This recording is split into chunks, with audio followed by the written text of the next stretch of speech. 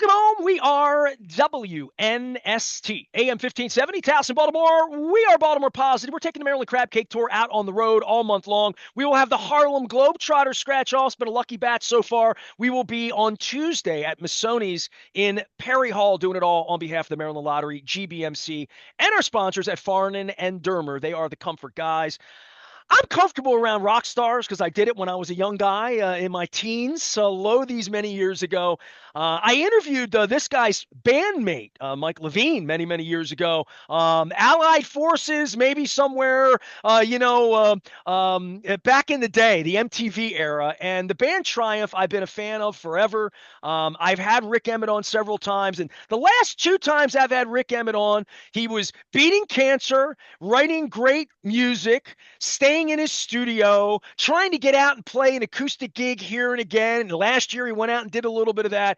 I had nothing on my dance card for in 2026 to have Rik Emmett and the original band going out with Triumph and Rush going out on the road this summer as well. It is a I'm not going to make any 51st state jokes here because you know how I feel about Trump Rik Emmett. But it is great to see you guys coming out, and I can't wait to chat with you and hear the whole story. I saw the hockey stuff happening last year and sort of this inertia for putting Triumph back together. But I think every Triumph fan in the world is so excited to see you guys come back. And I have it circled in Camden up in New Jersey. I'll be with you that night. Good. Yeah, great. Yes, it's nice to be back on your show.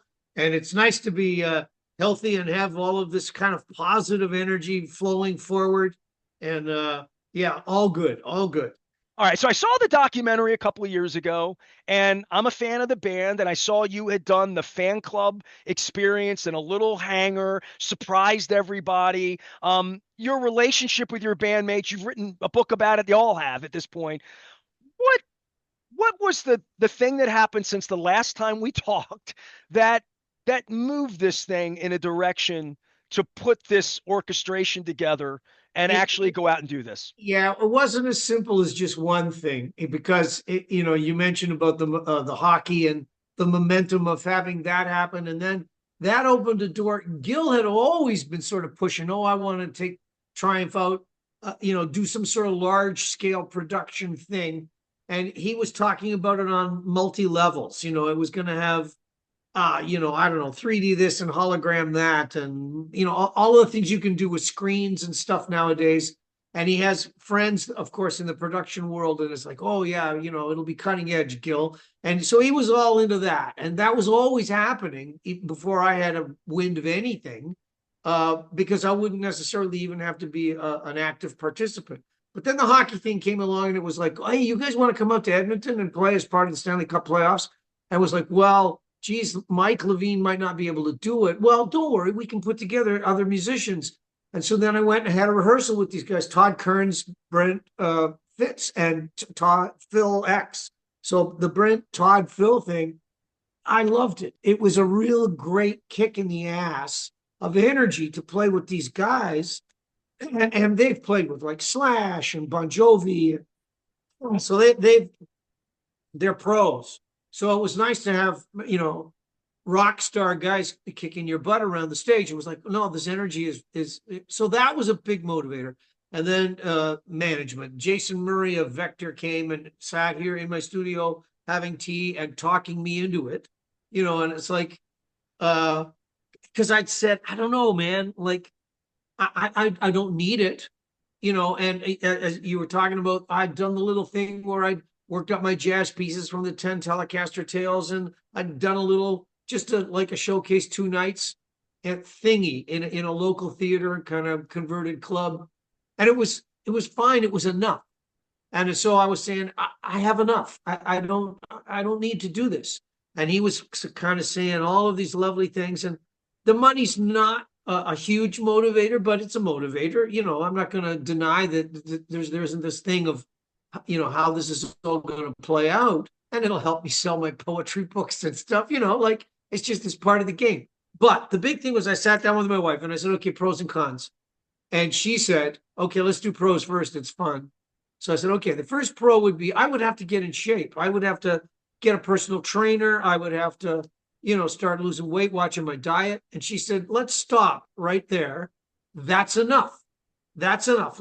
Let's just get you in shape. So for Christmas, she bought me a personal trainer, some sessions, and now I like the guy, and I'm going and I'm seeing him. He comes here once a week. I go see him 2 or 3 times a week.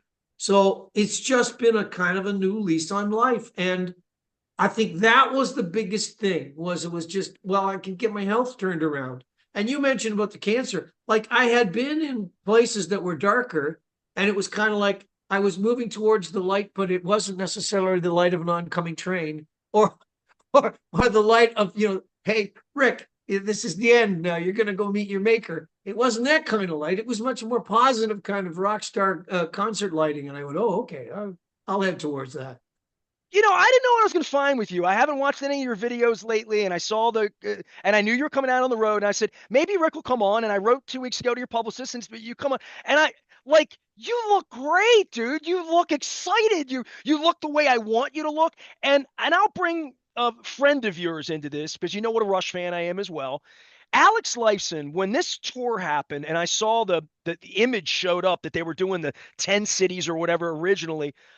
I knew Alex had some health issues, and I said to my wife, "How did Getty talk Alex into this? And is Alex going to be able to do this?" Then they added more dates, and they added more dates, and then they add Europe, and then I see the video with them, and Alex and Getty talked about going to Austria and getting in shape and physical. And I'm 57 now, and in the space that I'm in, people come to me and say a shot of this or this, and I'm in pretty decent shape. But I think when you get the energy to go back out and do this, your friends and family must be astonished to see you tackle this, because I'm just a fan on the outside, and I know you said fun. This will be fun. I don't know that you looked at touring in a rock band as being fun for long stretches of your life, right? No, that's true. But there's another thing that I didn't mention when I was listing all of the things that kick your ass, and this is so I've seen Alex and Getty talk about this too.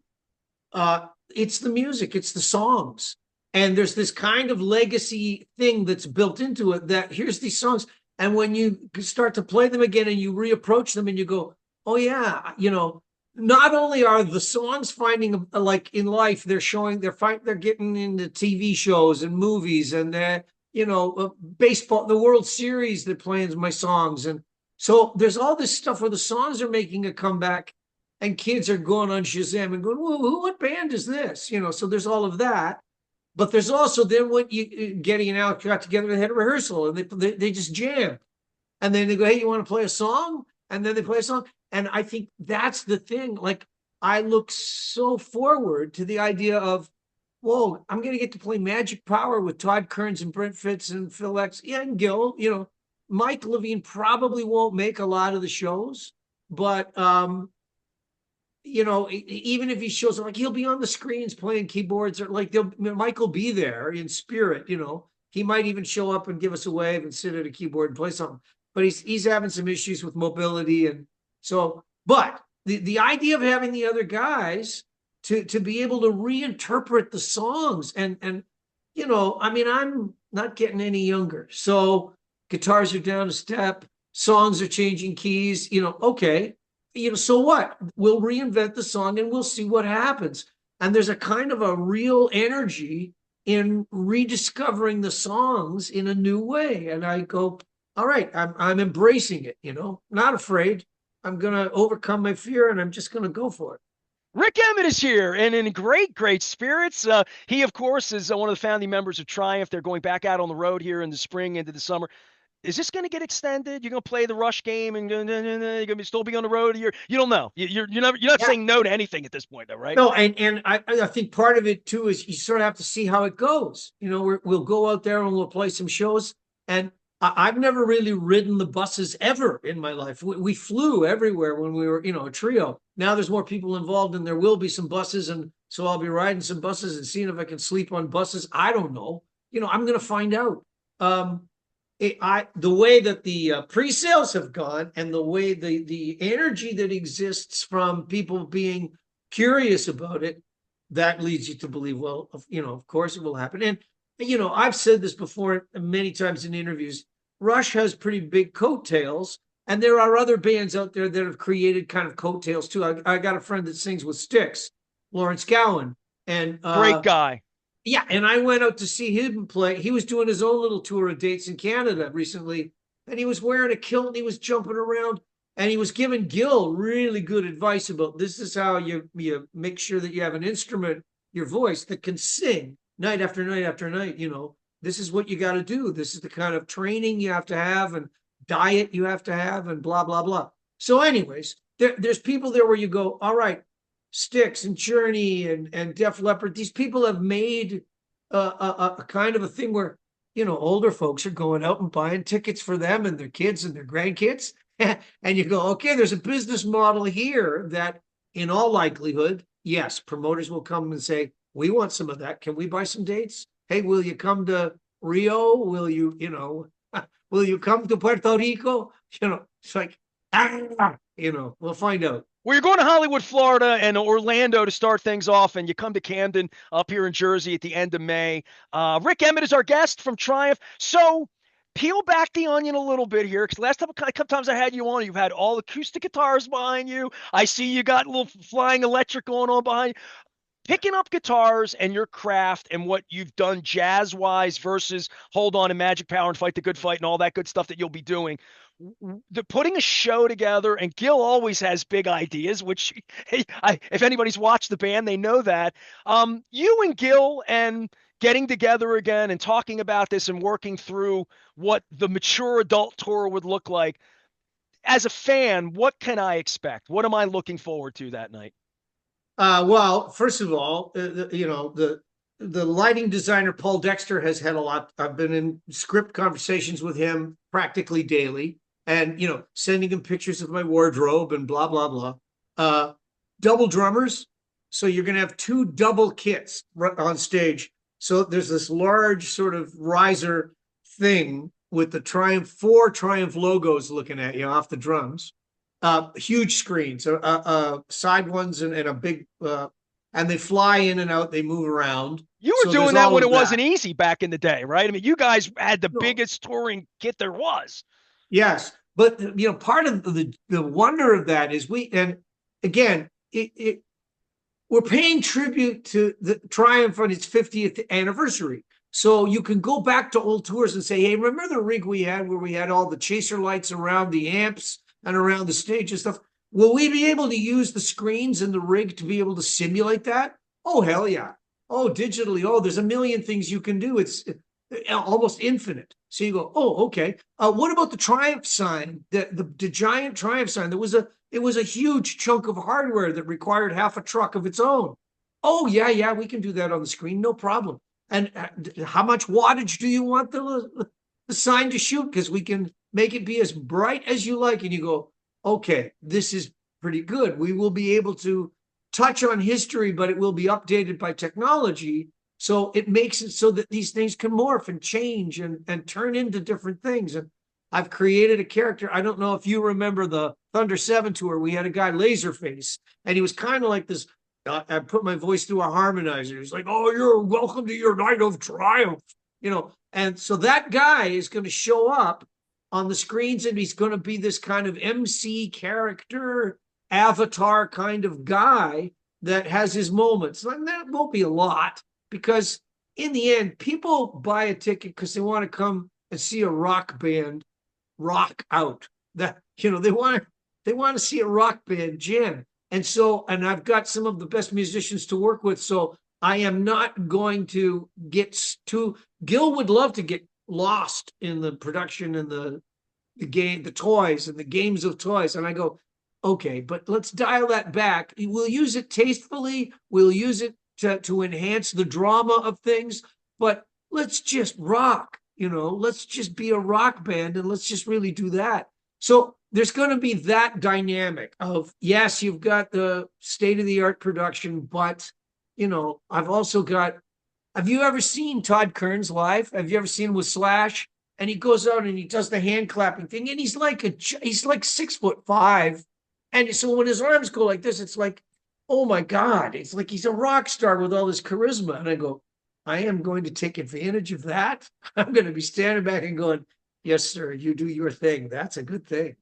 Rik Emmett is our guest. He is with the rock band Triumph. They are touring all over the place here, all over Canada as well, going up and spending some time with their people in the early part of May. They make their way to this part of the world. They're going to play up in Camden, New Jersey with April Wine, just between you and me, May 28th at the Freedom Mortgage Pavilion.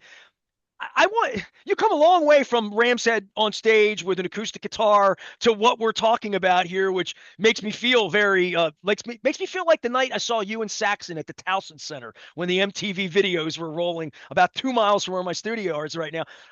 Was Triumph dead to you at one point? Like, if I would have asked you 2 years ago, 5 years ago, it that's over. I'm older. That's never going to happen. Did you use the word Oh, never? I said that in interviews many, many times. Although it was more the aspect of the touring of it. I would think, no, no, no, that's never going to happen, you know. And I Why? think What, Mike and what was it? I'm too old. It's not.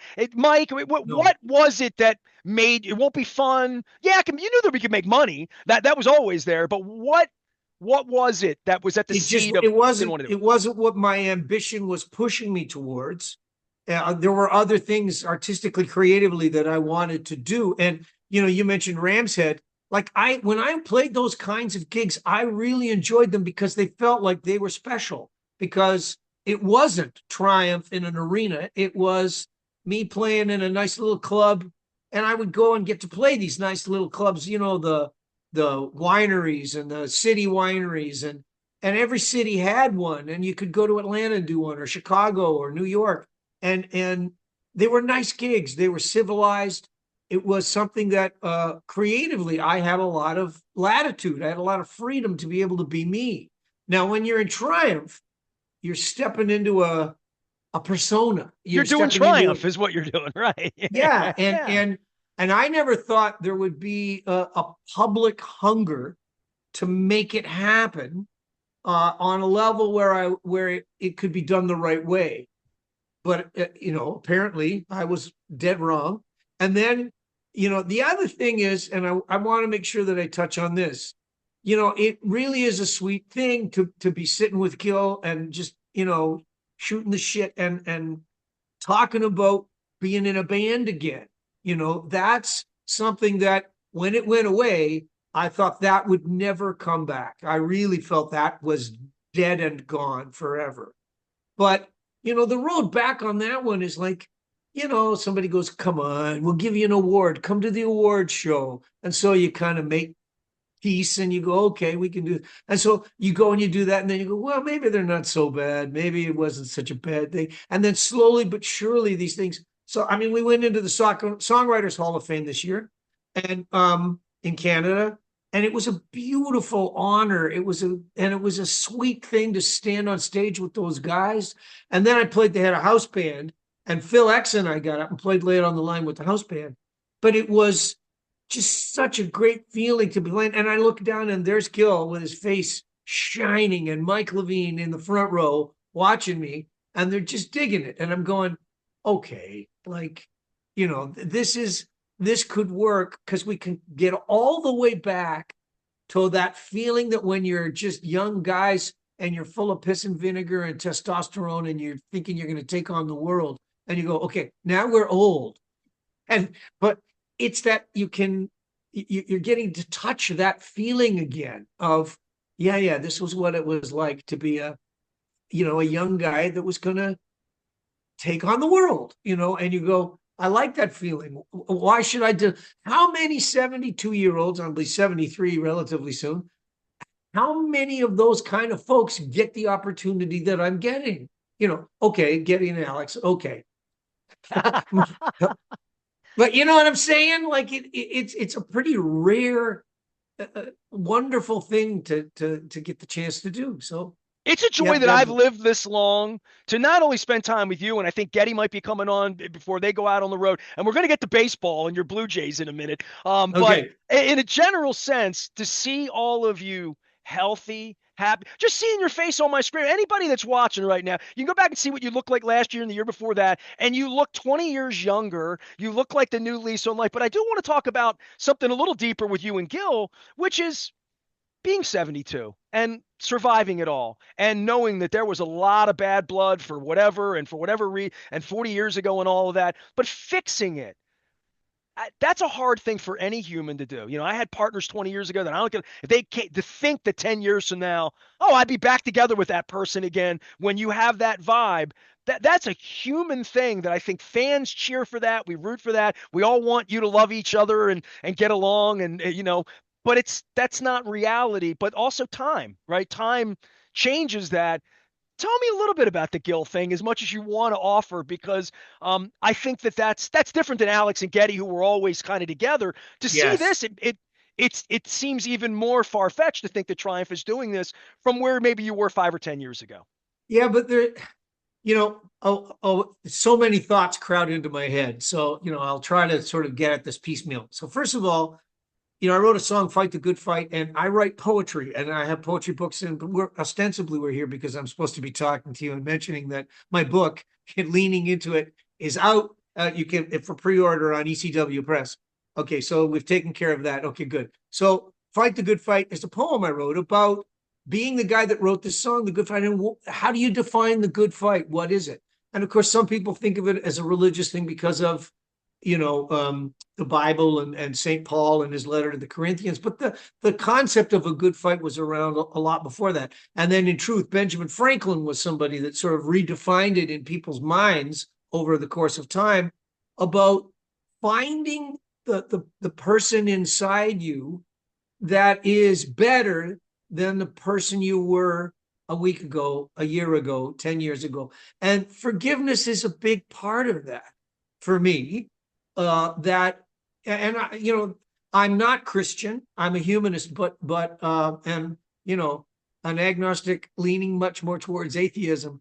But I feel like we all have an obligation to ourselves, to each other, to try and be a better person as you go forward in life, not to become worse, not to become harder, not to become meaner. We live in a world now where there's way too much of that negative kind of spirit. Triumph was not a band that dealt in that side of the rock and roll equation. We said, believe in yourselves, folks. Hold on to your dreams. Fight a good fight. Never surrender. There's magic power in music. And we really meant it. I did. I really meant it. And I think over time, Gil and Mike came to understand he really means it. Like that's really what we are. And then the history of the band has become a thing where there's no doubt about it. They get it hammered in their face all the time. No, Triumph was the band. They were the good guys. Triumph was the magic power guys. Triumph was the fight the good fight guys. And they go, okay, Rik wins. Like, I think they might have wanted the band to be a heavier, darker, heavy metal kind of a band. And I was like, no, that's not what I want it to be. I want our music to be its own thing. And, you're a Rush fan. We're talking about Rush here a lot. We're not the same kind of, we're three-piece bands from Canada. Okay. But we were very different kinds of bands. Triumph was a different kind of a band than Rush. And that was obvious to anybody that spent any time with their music, not to anybody that saw it shallow, superficial from a distance. It was like, oh, yeah, okay, trios from Canada, sure, they're all the same. Okay, they're not, and music is not the same. Once you start to get into it, it's its own universe. It's its own infinity. Anyway, so all of that being said, I think that over the course of time, I think like Gil and Mike came to understand Rik had a vision for this band that works whether we're in it or not, whether we're out on tour or not. Somehow or other, these songs have had this ability to just keep growing legs and walking around in the world, and I go, I like that. I want to go out on tour again, and I want to remind people that this is not necessarily a world of, I don't know, Republican presidents going to war. This is a place where poets and musicians have things to say that matter about the lives that people have to lead every day. Just every day getting along kind of stuff. And so I go, I can play guitar to make that happen. I can sing songs that can make that happen. I want to do that. And so here I am. Well, the definition of triumph is a great victory or achievement. So, the name of the band itself wasn't failure; it was triumph, right? Like literally. Rik Yes. Emmett is here. Your Blue Jays, Getty's Blue Jays. Everyone, you're so close. I was an opening day last year. I called you and invited you out. You were doing stuff. I think you had gigs that weekend, as I remember it. The notion that baseball is such a big part of your life, I never really knew that. Getty sort of leads with it, and I think some people that like baseball lead with it. You're a baseball guy, and every time I drive by Memorial Stadium, I don't think of my dad or anything. I think about your brother and Cal Ripken because of the stories you've told me. And Yeah. Listen, my give me 2 seconds because I'm going to bring some. I got to get something I'm going to show you. he's gonna get me something. Here he goes. What Baseball. do you got for me? You got Okay. baseball. Okay, he's got So props. Here we first go. of all, this would have been in the 90s.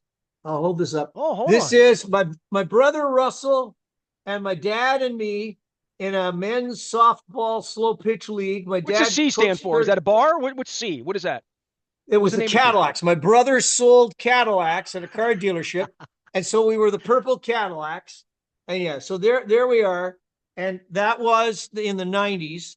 And I wish I had a picture of me and my son. Here's the coaches of the Mississauga Tigers, Mississauga North Tigers. Don Maroney here, me in the middle, Jack Carajon, and then Lino Condata. This is And we all baseball, not had softball, right? This is no, baseball. this was hardball. This was Hardball. hardball. Okay. And I Okay. was really more of a bench coach, and my job was the outfielders, more than but this was one of the greatest summers of my life, coaching with those guys. Now, I had coached on other teams. My son had gravitated to that team, and then he went on and he played in the Blue Jays, Ontario Blue Jays organization after that. But yeah, baseball's always been a big I played when I was a kid, and I was pretty good at it.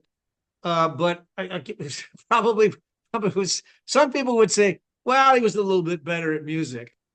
You meet more girls with music than you can with baseball. I think I tried to do both as well.